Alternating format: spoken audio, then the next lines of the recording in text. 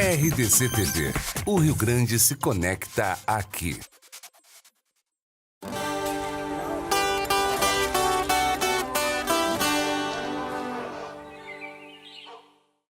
Olá, tudo bem? A carne bovina produzida no Rio Grande do Sul está entre as melhores do mundo, ao lado das carnes argentina e uruguaia.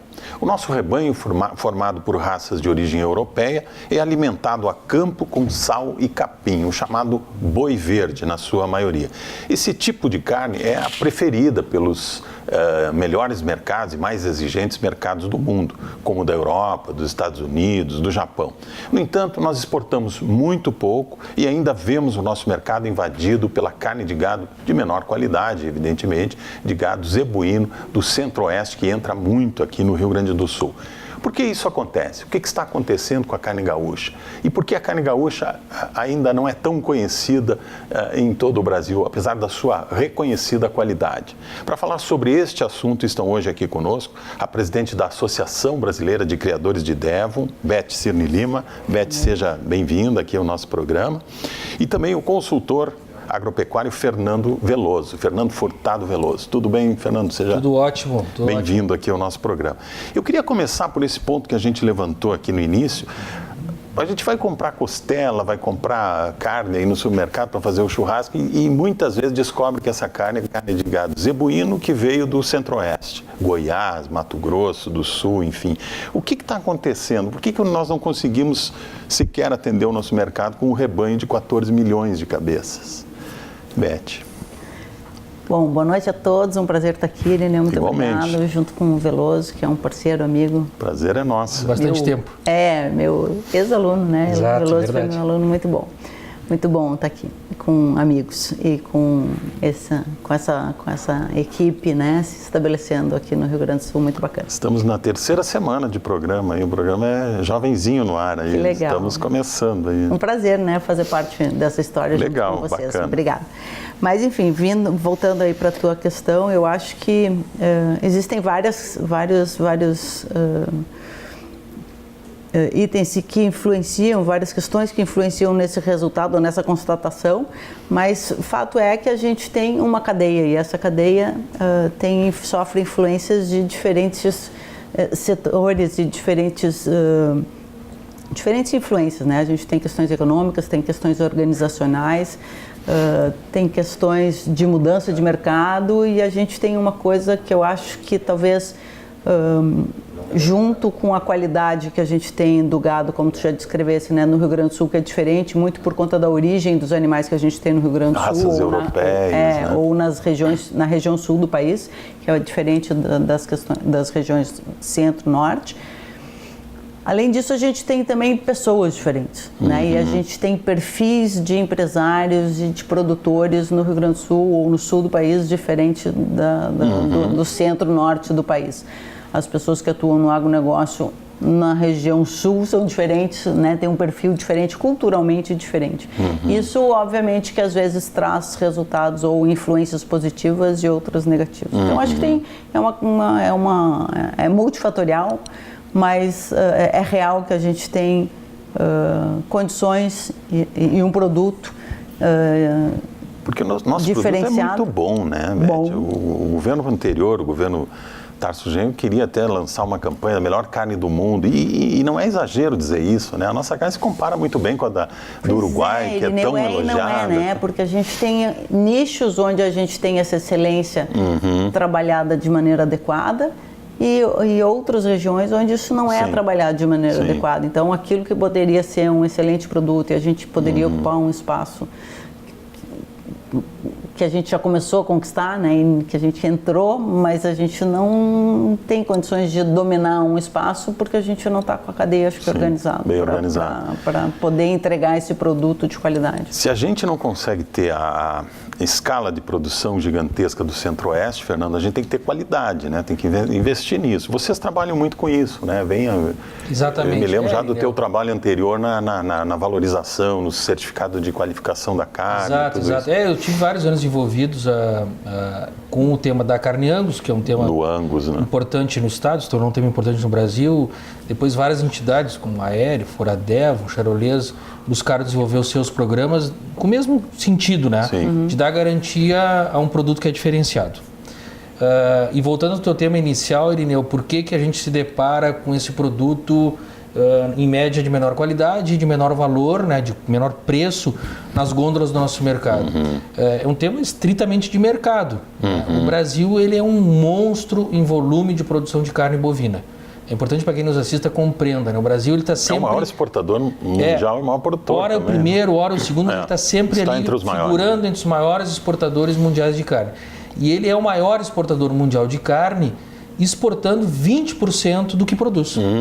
Então a gente vê o volume deste negócio, né? Quer dizer, abastece todo um gigantesco mercado com 20% interno. que se produz no Brasil, ele está posicionado como o maior exportador do mundo, ou seja, é muito que se produz. E essa produção ela ganhou muita escala, inicialmente no centro do país e mais recentemente no norte do país, né? Com um produto mais competitivo do ponto de vista de preço que o nosso do sul. Né?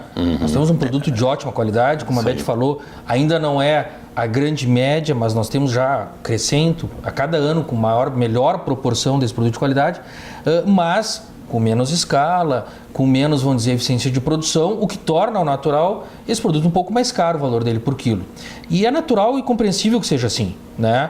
Se ele está sendo produzido com menor volume e produzido com a característica diferente, com maior custo, é natural que ele tenha um preço maior.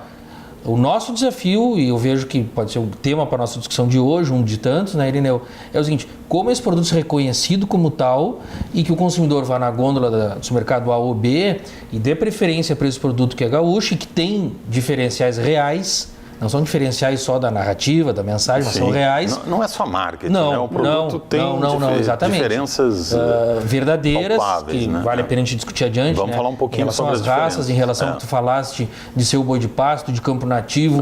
Há N questões e questões que a gente pode explorar muito, como tu falou na tua introdução, em relação à Argentina e Uruguai, da nossa identidade cultural, da nossa história. E isso tem valor, né? Hoje isso tem como ser vendido também.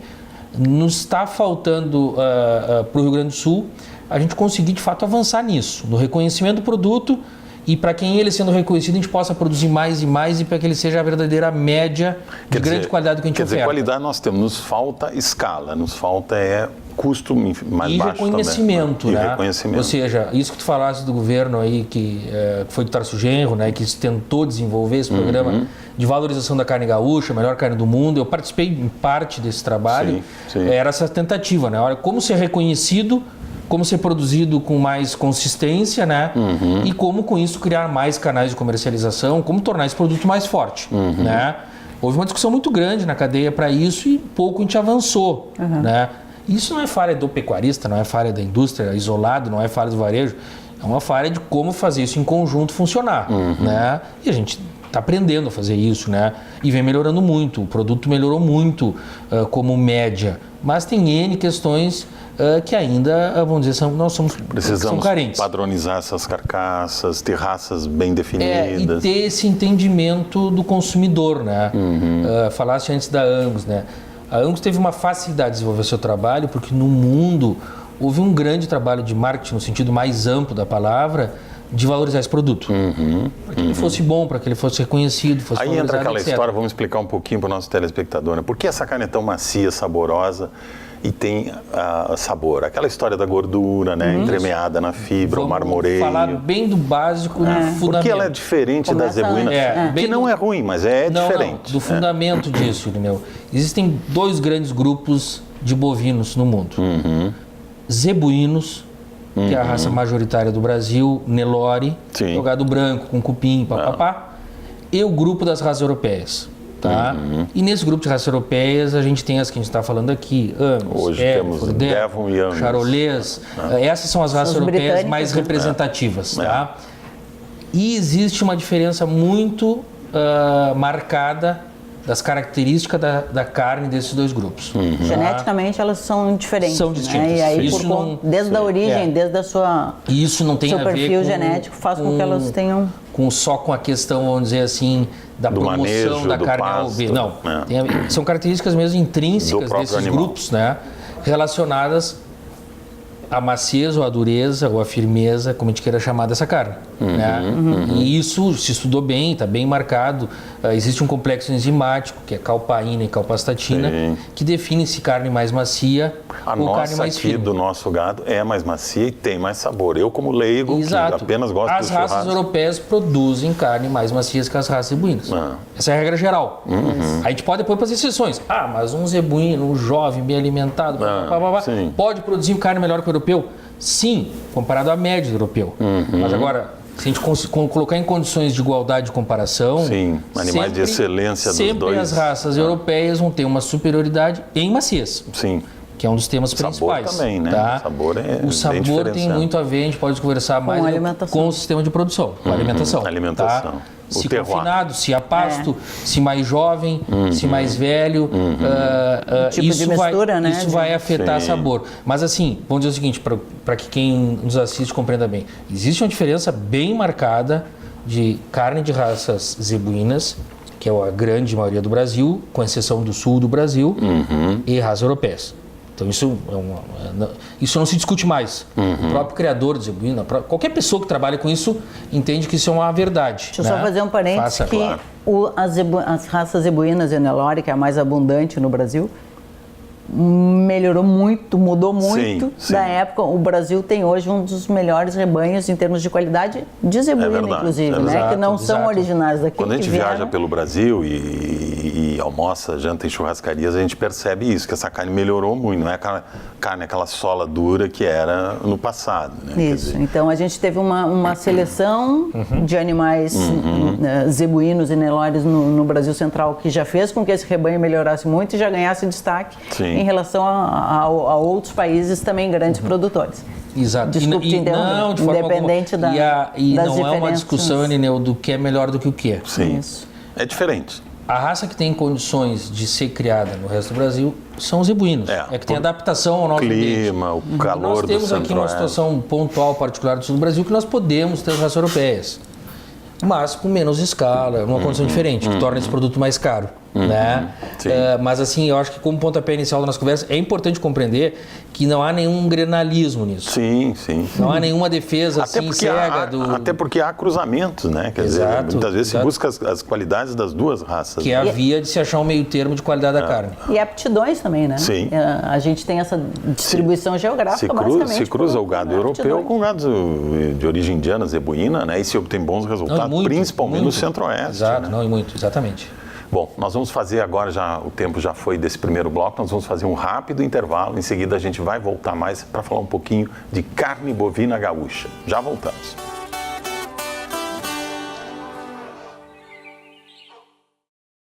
Olá, estamos de volta com o nosso Campo Capital, o nosso talk show do agro. A gente sabe que você, o principal público aí do nosso programa está nas cidades, está na zona urbana. Então a gente vai fazendo aqui sempre, eu insisto nesse ponto aqui, a gente vai fazer sempre essa ligação, essa ponte do campo, da produção lá do campo, com a cidade, com o consumidor. O que é a gastronomia, senão uma extensão do trabalho do agricultor lá no campo, né? Então hoje nós estamos falando de carne, dos sistemas de produção, das raças lá no campo, e estamos falando também da qualidade dessa carne que o consumidor compra, que consome nas grandes cidades, que os chefes transformam em pratos premiados, enfim. No bloco anterior, eu conversava aqui com a Betsine Lima, presidente da Associação Brasileira de Criadores de Devon, e o consultor pecuário Fernando Veloso, sobre a qualidade da carne gaúcha. Não há discussão sobre isso, né? Acho que a gente definiu muito bem no primeiro bloco que nós temos uma qualidade peculiar. Nós não temos a escala de produção do Centro-Oeste, não temos a capacidade de produzir em escala tão grande como o Mato Grosso do Sul, o Mato Grosso, enfim, os países Goiás, os estados do Centro-Oeste, mas temos condições por uma questão de clima, solo, pasto e também raças aqui escolhidas pelos produtores do Sul para produzir carne de excelente qualidade. Agora, como é que se atinge um mercado maior para essa carne? Dentro do Brasil ou exportando? Por que exportamos tão pouco? O que nós exportamos hoje, Fernando? Só para a gente ter uma ideia. Nossa participação nós temos um rebanho de 14 milhões, né? Abatemos quanto? Nós abatemos 2 milhões. 2 milhões. Isso está bem estável. Porém, a nossa participação das exportações brasileiras ela é menor que o esperado. Assim, ela deveria ser proporcional ao abate ou proporcional ao estoque, né, que é o efetivo, e é um número menor. Né? Hoje, o Rio Grande do Sul exporta algo em torno de 13,5% a 4% do total das exportações brasileiras. E o abate é equivalente a 5%, e o rebanho é equivalente a 6% a 7%. Sim. Ou seja, só pensando em números proporcionais, nós poderíamos, no plano teórico, estar exportando algo em torno do dobro do que exportamos. Se a gente olha o abate, Irineu, esses 2 milhões de animais, apenas 30% a 35% vão para indústrias exportadoras. Então já tem uma questão de origem aí, né? Sim. São as indústrias que nós chamamos que tem CIF, né? Inspeção Federal, que são as que têm possibilidade de exportar. Ou seja, já partimos desse número, né? 2/3 do nosso produto não vão para indústrias exportadoras, apenas 1/3. Né? O resto fica no mercado interno e no mercado gaúcho. No mercado interno, o gaúcho, né? Seja por abate municipal ou empresas que são de inspeção estadual, né? Mas eles não vão para as empresas exportadoras, né? Que têm a possibilidade de vender em todo o país ou a possibilidade do canal exportador. Então há uma questão de estrutura, como a Beth falou, da nossa cadeia, né? Então, de fato, nós temos um produto qualidade de exportação, mas que a sua representatividade é pequena.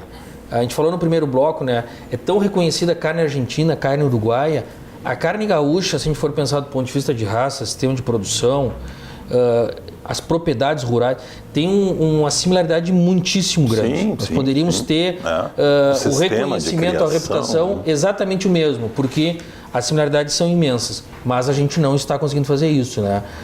Hoje o Uruguai é um grande exportador, tem rebanho parecido com o gaúcho em termos de tamanho, né? E exporta muito, mais de 70% do que abate. Logicamente, não tem Uruguai suficiente para comer o que se produz no Uruguai. Então, se desenvolveu obrigatoriamente um canal de exportação forte. Pensar trabalhar para o mercado externo. Mas, assim, pensando, é uma limitação do produto? Não. O produto está em condições de... Mas é uma limitação de desenvolver a nossa cadeia para essa finalidade. Né? Uma coisa que eu discuti em N momentos, Irineu, é assim, ó, exportar mais a carne gaúcha não é uma meta brasileira, né? Não é um problema brasileiro. Claro. Ele é um problema, um conflito, o Brasil já exporta muito bem. Muito bem, como a gente falou no primeiro bloco, né? Está sempre como o primeiro ou segundo maior exportador. Ou seja, ele é um tema de casa a ser resolvido pela pecuária gaúcha. E a gente tem cobrado, eu acho muito assim, políticas nacionais ou empenho nacional para que isso aconteça. O Brasil tem feito um trabalho maravilhoso de exportação de carne.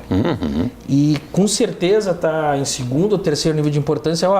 Vamos agora nos preocupar com produtos diferenciados e esse produto vindo do Sul. Então, esse é um desafio nosso. Né? E aí, gostaria que a Beth me ajudasse nessa discussão. A gente não tem tido essa competência de fazer algo em conjunto para a promoção da carne gaúcha. Se tentou o Instituto Gaúcho da Carne, se tentou reativação da Câmara Setorial da Carne Bovina, e a gente não conseguiu, entre nós mesmos, né, criar consenso para esses avanços. Né? Tu tem boa experiência, acredito, com o Ibravin, né, que é do vinho. Faz um trabalho legal. O Instituto do Leite, que é mais jovem, teve seus problemas, mas é uma tentativa, e a gente não está conseguindo nem avançar nisso. Esses países que são grandes exportadores, e especialmente similares ao nosso, né, Uruguai, Argentina, Austrália, eu digo em relação ao produto, né, eles têm grandes institutos ou instituições ou entidades pensando na cadeia, né, e trabalhando na cadeia. Mas nós já tivemos também, né? A Apex fazia um trabalho muito bom, né? O Brazilian Beef, aquela... Mas aí que eu te digo, todos preocupados naturalmente com o quê? Com o tema brasileiro. Claro. Né? Nós tivemos no passado, hoje está muito apagado, salvo Brazilian Beef.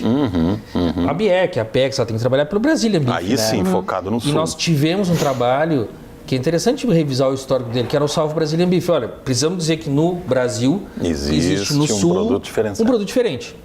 E que ele se equivale ao produto da Argentina, do Uruguai, da Austrália, dos Estados Unidos, etc. E isso não tem tido força. A gente não tem conseguido fazer isso ter força, né? E aí não é uma questão de criticar a Secretaria de Agricultura, Farsul, Cadernes, não, acho que não. Porque todos participam. A cadeia como e a gente não está conseguindo fazer isso acontecer. Né?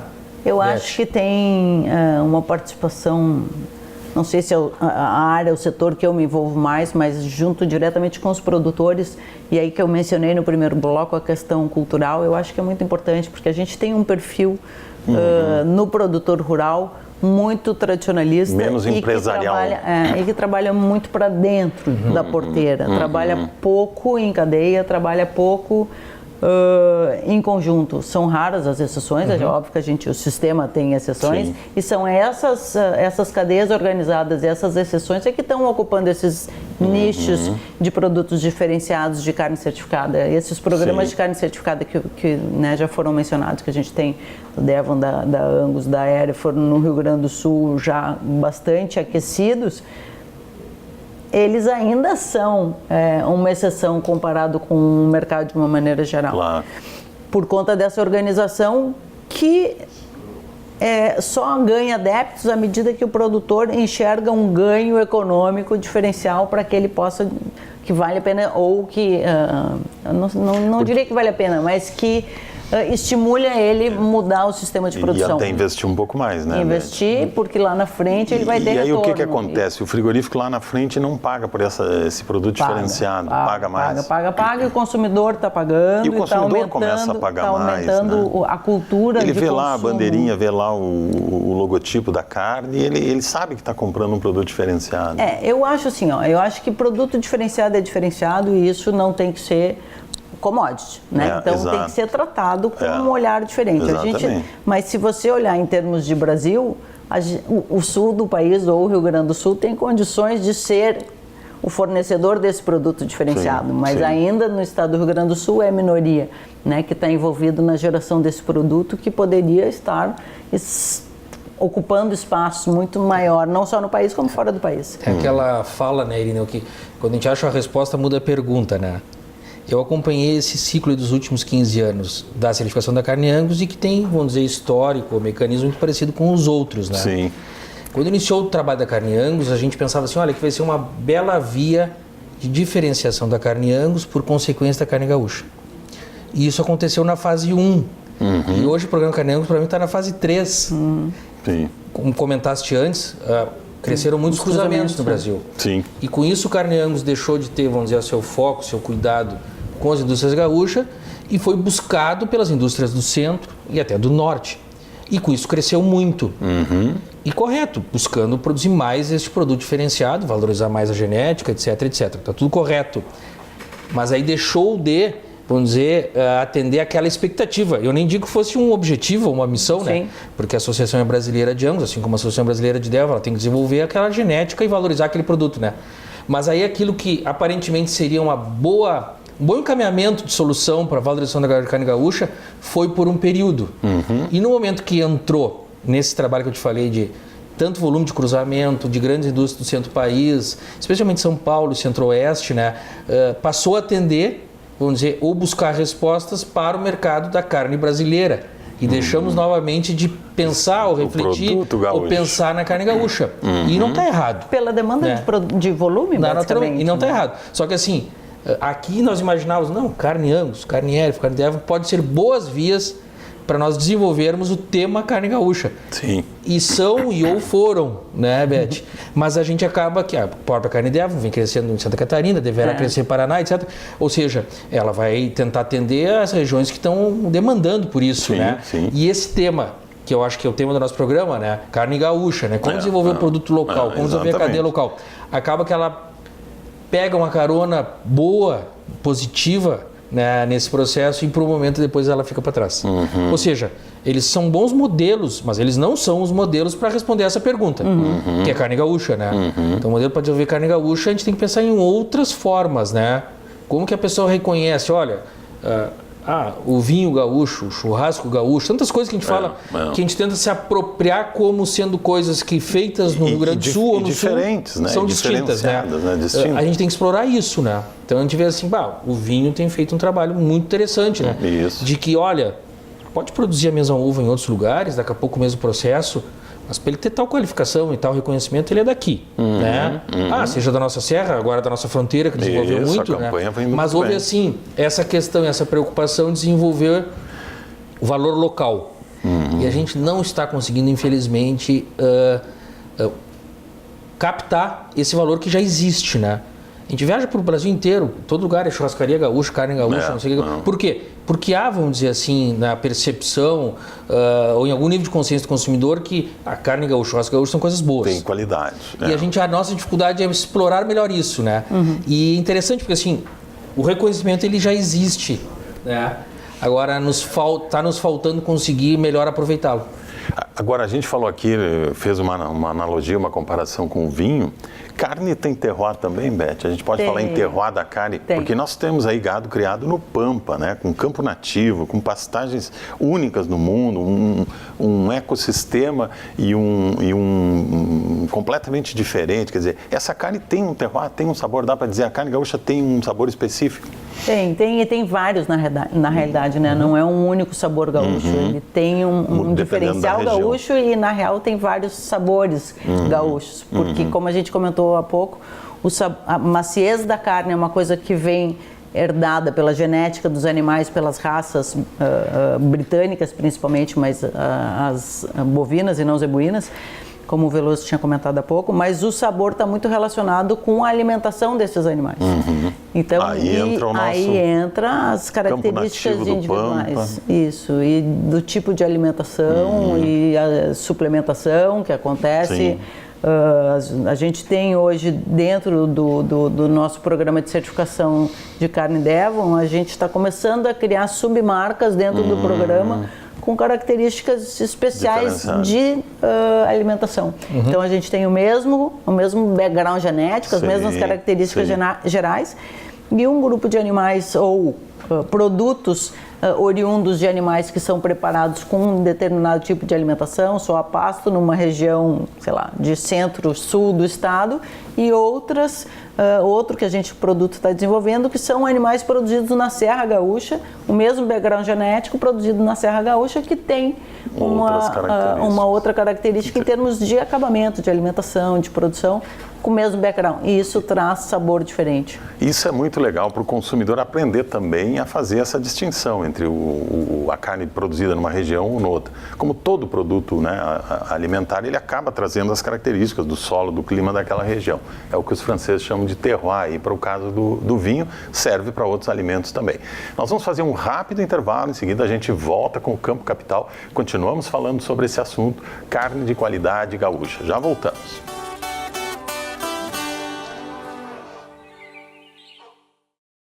Estamos de volta com o Campo Capital e hoje o nosso programa fala sobre a carne gaúcha, a qualidade da carne gaúcha, a carne certificada, a carne com sabor diferenciado e até comentávamos no bloco anterior com terroir, quer dizer, ela refletindo as características de solo, clima de uma determinada região, assim como acontece com outros produtos, como o vinho, por exemplo. Eu estou conversando aqui com a Beth Cirne Lima, que é presidente da Associação Brasileira de Criadores de Devon, e com o Fernando Furtado Veloso, que é consultor agropecuário e trabalha nessa área de consultoria às empresas do setor. Só para concluir essa questão do que a gente levantou no bloco anterior, Beth, do terroir da carne, você falava no intervalo aqui que vocês participaram de uma degustação e já se consegue perceber as nuances de sabor. Isso, a gente fez um paralelo com o hábito do consumo do vinho, que foi sendo refinado com o tempo nos últimos anos. Há 30 anos ninguém percebia a diferença entre... Era tinto, branco, rosé, né? E hoje você tem os clientes, os consumidores conseguem perceber e escolher preferências de uvas e de misturas e de cortes, né, no vinho, e a mesma coisa acontece na carne. Com as carnes hoje certificadas, os programas que a gente tem no Brasil, você pode, na gôndola, fazer uma leitura de QR Code de 2 cortes, o mesmo tipo de corte, a mesma idade, você consegue ter informações do animal, né? Você tem a mesma idade, por exemplo, o mesmo sexo, o mesmo corte, os animais alimentados de maneira diferente. Se você levar esses 2 cortes e preparar em casa da mesma maneira, com atenção, você consegue perceber as diferenças de um e de outro relacionados com sabor, com maciez. E isso a gente vai aprendendo a diferenciar, né? Você tem que... O gosto se educa, né? Exatamente. Se desenvolve. E a gente está avançando, Irineu, para agora, acho que a próxima etapa é melhor identificar esses produtos, como a Beth comentou aqui antes também, né? Isso no exterior já é muito comum, né? Carne de boi a pasto, carne de boi a grão. E não é um produto melhor ou pior que o outro, são muito distintos. São distintos. Existem duas formas principais Quando da a gente viaja para fora, para a Europa, e prova a carne bovina, a gente estranha muito. É um sabor diferente. É completamente diferente. Ambos têm possibilidade de produzir carne muito macia, tá? Mas de sabor muito distinto, né? O modelo americano e o modelo europeu de terminação dos animais, especialmente em função do inverno, principalmente, a grande maioria dos animais confinados e com alta proporção de grãos na dieta. Né? No Rio Grande do Sul e países que têm pecuária em regiões tropicais, consegue-se fazer a engorda de animais em campo nativo, em pastagem, etc. Não há necessidade, obrigatoriedade do confinamento. Ele pode ser uma estratégia, mas ele... Às vezes só para terminar. Para algum momento dar um específico. Acabamento, né? Mas o maior período de crescimento dos animais e de terminação, que a gente chama de período de engorde, é feito baseado em forragem, baseado em campo nativo ou em pastagens.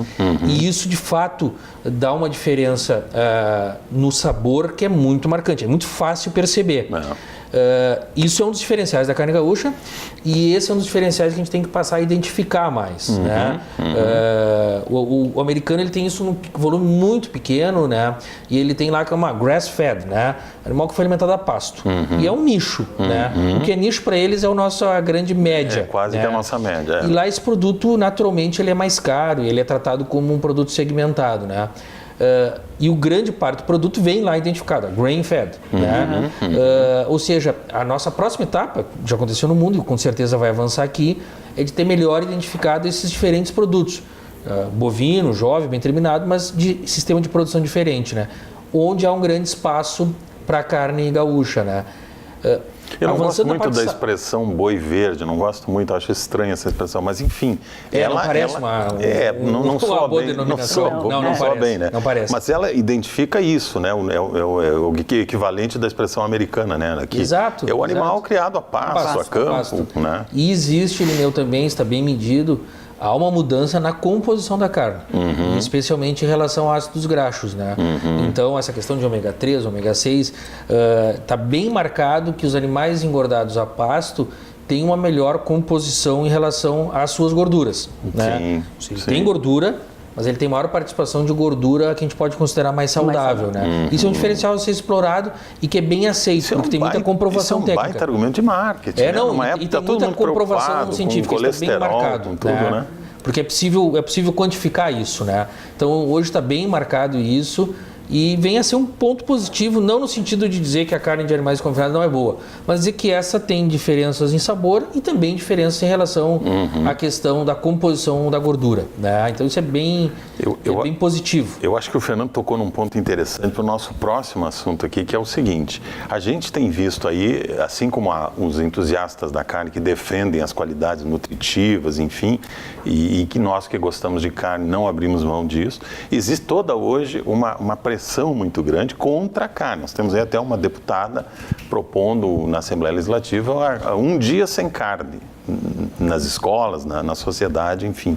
E uma pressão muito grande de veganos, enfim, de vegetarianos contra a carne. Como é que vocês que trabalham com esse produto nobre, com esse produto tão importante e tradicional, estão vendo esse cerco que começa ainda muito tímido, mas ele vem crescendo, né? Como é que vocês veem isso, Beth e Fernando? Eu acho que tem... Eu trabalho também com um hospital de clínicas, com um laboratório de pesquisa e faço pesquisas com aplicação na área de veterinária e na área de humanos. E por conta disso a gente trabalha muitas vezes também com modelos animais.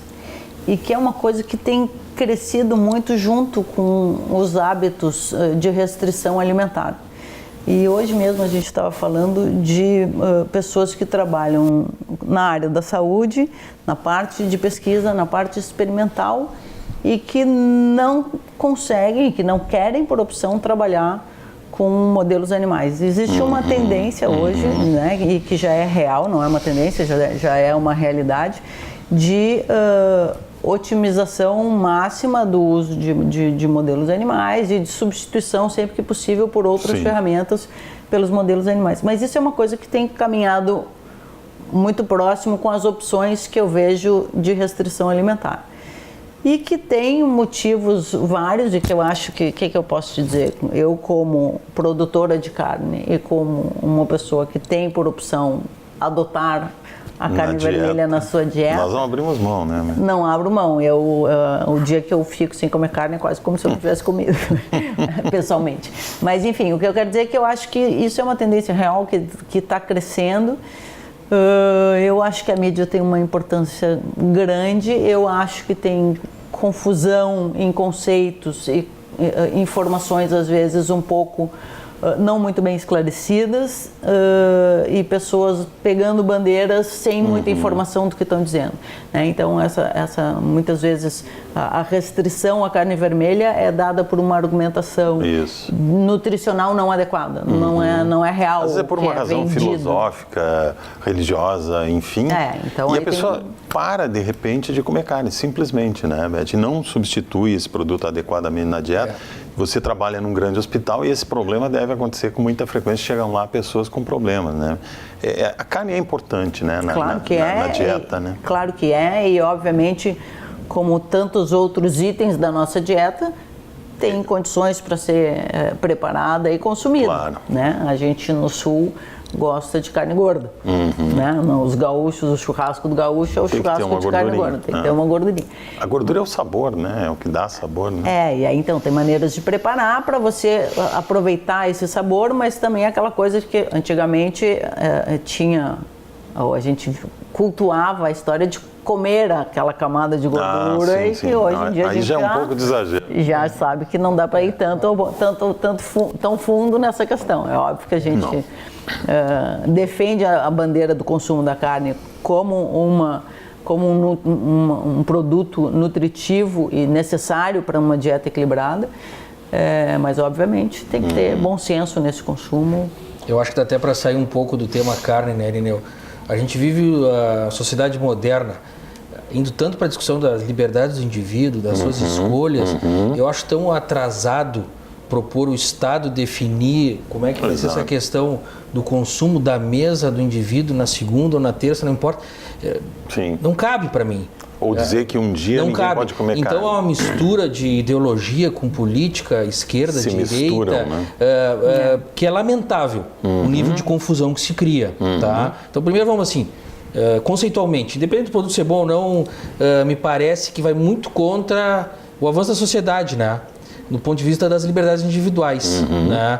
E hoje, assim, a gente pensa na questão defesa da questão de gênero, da questão de religião, da questão de o que for, e tem que ser tudo isso respeitado, né? E a gente está cada vez querendo se inserir mais nas decisões individuais, do direito até mais por meio básico de leis, até por meio do direito Estado, mais básico do cidadão, né? De ele tomar a decisão do que ele quer fazer. Então esse é um ponto para mim que é meio inicial desse tema. O segundo é o seguinte, né, Irineu? A carne, assim como o leite, assim como ovos, assim como tantos outros produtos de origem animal, já foram mocinho, já foram mandíbula, voltaram a ser mocinho, por muito desconhecimento. Né? Hoje está aí. Café.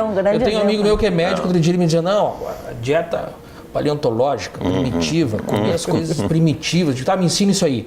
Não, tu tem que diminuir o pão, tu tem que diminuir Vamos para a floresta. O que eu como de manhã? Não, tu vai comer a granola, eu não sei o quê, e pode comer ovo, e bacon, né? O cara é médico, muito esclarecido. O ovo foi o grande vilão, hoje não é mais. Não é mais. Foi absolvido. A gema, hoje o café. ovo faz parte da dieta fitness. Né? Bom, e ele era vilão. A carne é a mesma coisa. A carne em relação à gordura é o seguinte: o componente que mais afeta sabor, maciez, etc., é a gordura. Sim. Tanto é isso que os produtos de mais valor são os que mais possuem gordura. A gente tem a ver com o nosso hábito. É lógico, tem a ver com o nosso hábito de consumo, tem a ver com a forma de preparo. E a gordura é essa mesma que a gente considerava que ela era tão ruim, hoje discute-se. E volta-se a falar em usar banha para preparar o alimento da gente. Pois é, então, né? A banha está voltando. Voltando, né? a banha, a lata da banha. A lata de banha. Tá? Então é o seguinte, é uma discussão maluca. Tá? E que ela está muito mais misturada de temas aí de alinhamento ideológico e político, Sim. e esse grupo contra esse, do que temas reais em relação a quanto é bom ou não comer carne.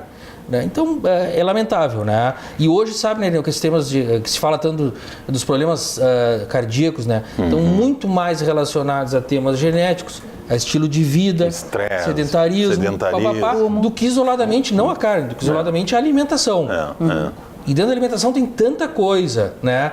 Então é reduzir demais o escopo da discussão a esse nível, né? É lamentável, né? Mas assim, todo produto ele ora é combatido, ora não é, em função de posições que não são técnicas e não são a ver com nutrição nem saúde. E isso é o pior, né? Quando não se ouvem, por exemplo, os médicos sobre essa questão, os nutricionistas, enfim.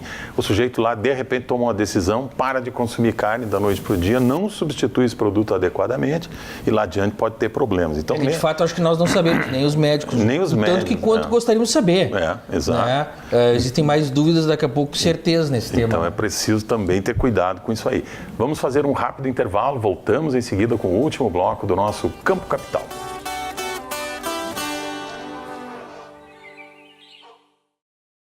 Olá, estamos de volta com o último bloco do nosso Campo Capital. E como a gente tem repetido aqui nas edições anteriores, nas 2 edições anteriores, nós estamos fazendo aqui uma ponte nesse talk show do agro, uma ponte entre o campo, a produção agrícola lá no campo, e a cidade, o consumidor urbano, que é o nosso assinante e o nosso telespectador majoritário. Então a gente faz essa ligação aí, ouvindo produtores, representantes dos produtores e também consumidores, porque todos também somos consumidores.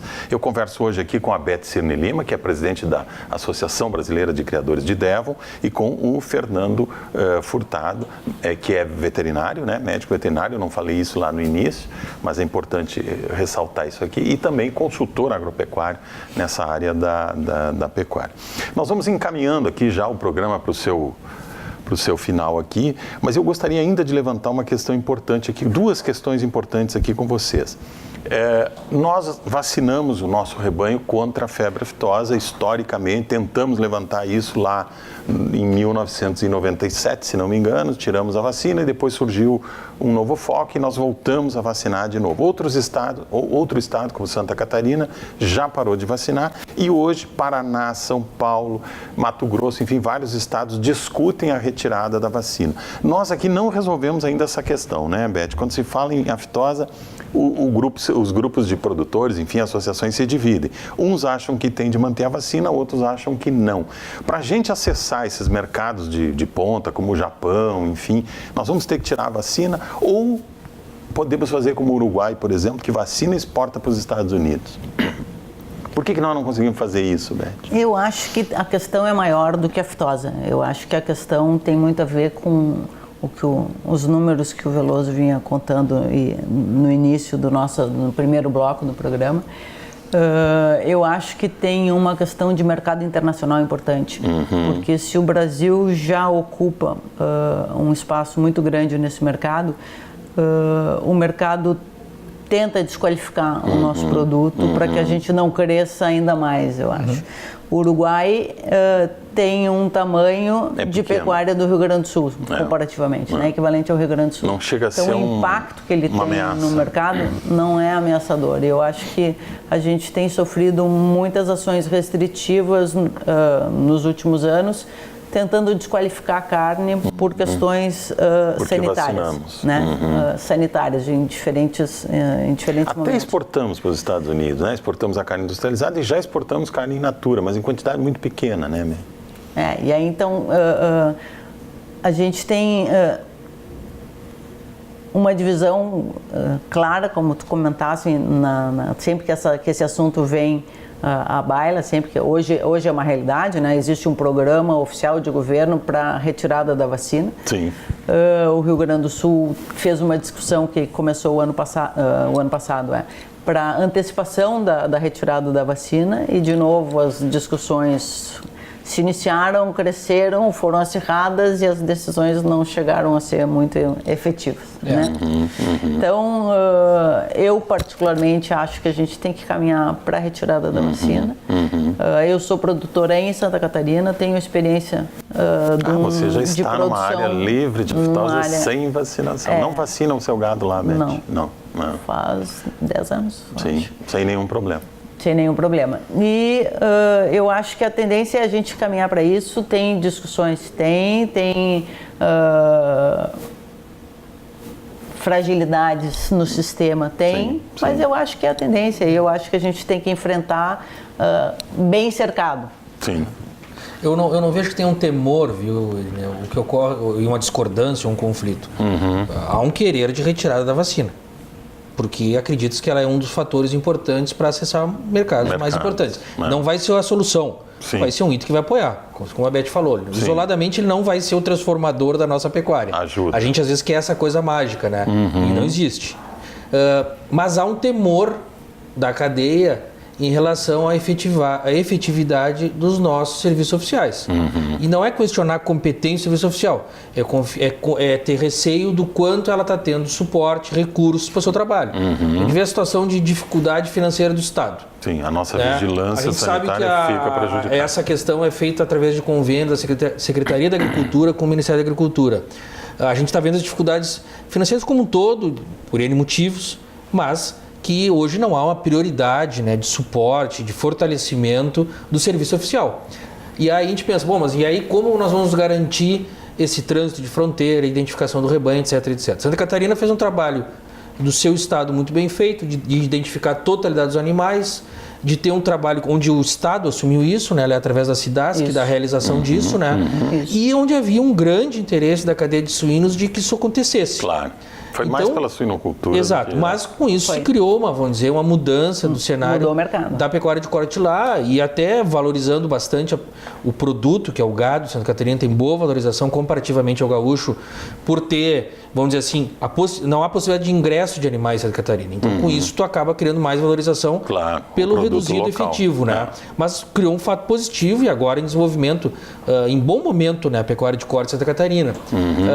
Então, assim, há um querer e há um receio, um temor em questão a termos condições de realmente ter bom controle e de efetivar isso, né?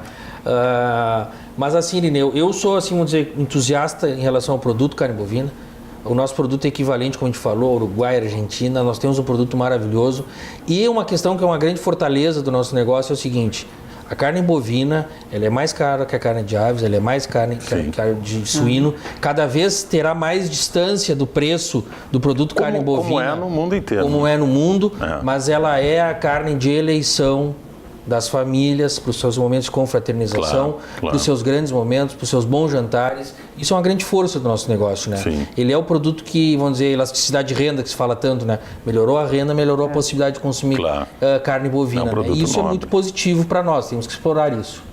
Muito bem. Nós falamos aqui ao longo do produto algumas vezes em vinhos e a gente vai dar aquela dica de vinhos hoje falando de um vinho que tanto harmoniza com carne vermelha quanto com carne branca. É um vinho ainda muito subestimado no Brasil, que é o vinho rosé. O vinho rosé tem qualidade, pode ser um vinho de excelente qualidade. E pode ser esse coringa aí, que harmoniza bem tanto com a carne vermelha quanto com a carne branca. Vamos ver o vídeo e depois a gente volta aqui para encerrar o programa.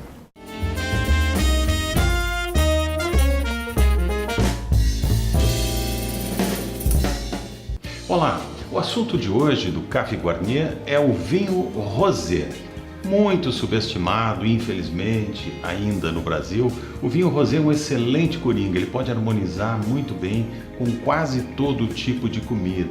Harmoniza bem com carnes vermelhas, com peixes. É um vinho ótimo para o verão, muito versátil.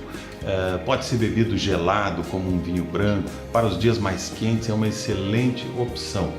O vinho rosé, ao contrário do que muita gente pensa, não é uma mistura de vinhos tintos com vinhos brancos para obter essa coloração. Pelo menos não deveria ser assim, né? Tecnicamente, o vinho rosé é feito com uvas tintas que sofrem o seguinte processo. O que dá cor ao vinho é a casca da uva. Você pode fazer, por exemplo, um vinho branco de uvas tintas, porque a polpa da uva branca ou da uva tinta ela é igual, ela é aquele verde clarinho, quase incolor. O que dá a cor ao vinho é o pigmento que está na casca da uva. Quando o vinho tinto é fermentado, a casca é prensada junto com o suco, com o mosto. E este mosto acaba adquirindo a cor da casca da uva. Os pigmentos da casca da uva passam para o mosto, para o suco que está fermentando. Isso dá cor ao vinho. No rosé, você pega uvas tintas, faz a prensagem, deixa o suco em contato com a casca por algumas horas apenas. Quando ele começa a passar os pigmentos para aquele mosto, você retira as cascas e a vinificação segue como se fosse a de um vinho branco. E aqui nós temos ainda uma característica a mais que eu gostaria de comentar com vocês. Nós temos aqui a tampa rosca, a screw cap, que hoje está ganhando muito espaço no mundo do vinho. Antigamente o pessoal ainda tem aquela ideia de que a tampa rosca ainda está associada a vinhos de baixa qualidade.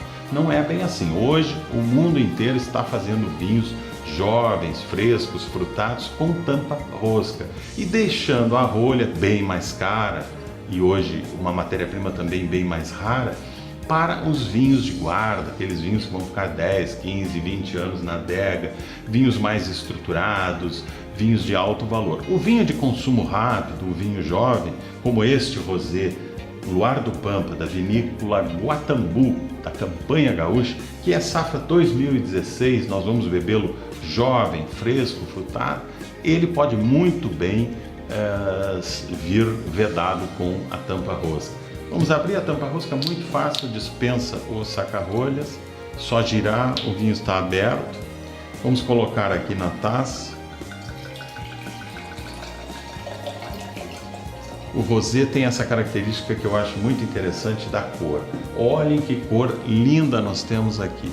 Um rosa, salmão, tem um leve reflexo dourado aqui, muito interessante. Esse Guatambu Luar do Pampa é um rosé, por exemplo, elaborado com uvas Merlot, com as quais se fazem os vinhos tintos.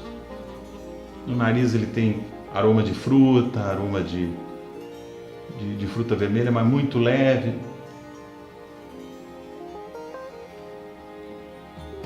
E na boca ele tem uma acidez muito boa, refrescante. É quase como um vinho branco, mas tem um pouco mais de estrutura. Essa estrutura que é conferida pela uva com a qual ele é elaborado, a Merlot. Então ele fica um pouco mais estruturado do que um vinho branco, embora a cor seja muito discreta, muito leve. Como aqui nós temos uma presença muito pequena da casca, nós vamos ter também menos quantidade de tanino. O tanino é aquela substância que briga com alguns alimentos, como o peixe, por exemplo. O tanino não combina com o iodo do peixe. Então, quando a gente vai harmonizar um vinho tinto com carne de peixe, nós vamos ter aquele gosto metálico, amargo na boca. Se você harmonizar um rosé, por exemplo, com peixe, vai ser uma harmonização perfeita, porque ele quase não tem tanino. Assim como não tem cor, também não tem tanino. E tem esse frescor delicioso, lembra um pouco de framboesa, lembra um pouco de amora, mas muito discretamente. Tem um pouco de goiaba aqui que a gente percebe. E é um vinho para beber gelado descompromissadamente nos dias mais quentes. O rosé que nós provamos hoje, o Luar do Pampa, é elaborado pela vinícola Guatambu, Estância do Vinho, lá de Dom Pedrito, na Campanha Gaúcha. A segunda região que mais produz vinhos hoje no Brasil, também um terroir bastante característico, com características próprias, que está elaborando vinhos cada vez melhores. Esse Luar do Pampa, portanto, vem da Campanha Gaúcha e tem esse frescor que nós falávamos do vinho rosé. Esta foi a dica de hoje do Cave Guarnier. Divulgue, compartilhe com seus amigos, traga mais gente para o mundo fascinante do vinho. Até o próximo episódio. Muito bem, fica aí então essa dica aí para harmonizar tanto com carnes brancas quanto com carnes vermelhas o vinho rosé. E nós temos aí no Rio Grande do Sul bons vinhos rosés, como esse que a gente mostrou para vocês aí agora. Bom, o programa chega ao final, infelizmente eu queria continuar falando aqui, temos vários assuntos que a gente nem chegou a abordar ainda, mas num próximo programa vamos voltar a falar sobre isso. Queria muito agradecer a Beth Cine Lima, presidente da Associação Brasileira de Criadores de Devon, por ter vindo aqui participar do programa, e também ao Fernando Furtado Veloso, médico veterinário e consultor agropecuário. Muito obrigado a vocês. É um prazer ter vocês aqui nessa primeira fase aí de RDC TV, em que estamos ajustando, acertando aí os nossos programas. A Beth, amiga querida de tanto tempo, que já nos conhecemos, e o Fernando também, que nos conhecemos há muito tempo e já participamos de muitos outros programas, né, Fernando? Bom sempre ouvir vocês e aprender com vocês aqui, que nos trazem muita informação. O nosso Campo Capital de hoje fica por aqui. Voltamos no próximo domingo, às 10 da manhã. Até lá!